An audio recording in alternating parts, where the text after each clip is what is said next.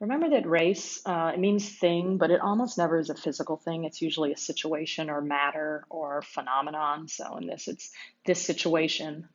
Um, Moribus. This is a tricky word. This is from Moss Morris, which means habit or custom. It is not mors mortis. So that's good to keep track of, which means death. Suis, this is that reflexive possessive. Because the subject is a they, it's going to be translated there.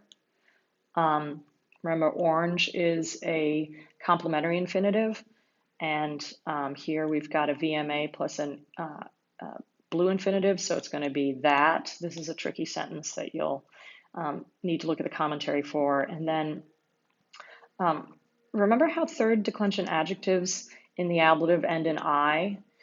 There are some nouns that also end in I in the third declension ablative. So this happens to be an ablative case word, not a dative.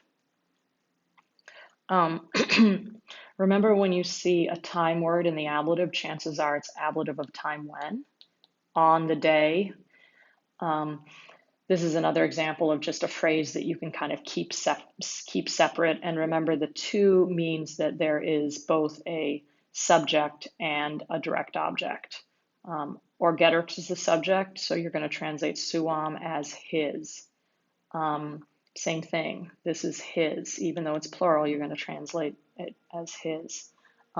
Aodem, this is a dinky word, but the dem still means the same. So to the same in this context, place. And this nay here introduces a negative purpose clause. And the eos here are just the them referring to the people that are mentioned above. But that's that isea id pronoun that is plural accusative. Remember, cum, if it's not green, is going to be when, since, or although. This is a pretty tricky sentence here. I'll give you a hint. That's the subject. Those as third declension nouns can be pretty tricky. And because this is a cum clause, we've got two imperfect subjunctives. Take off the tour, you've got the infinitive. Take off the nt, you've got the infinitive. And ut plus an indicative is usually translated as.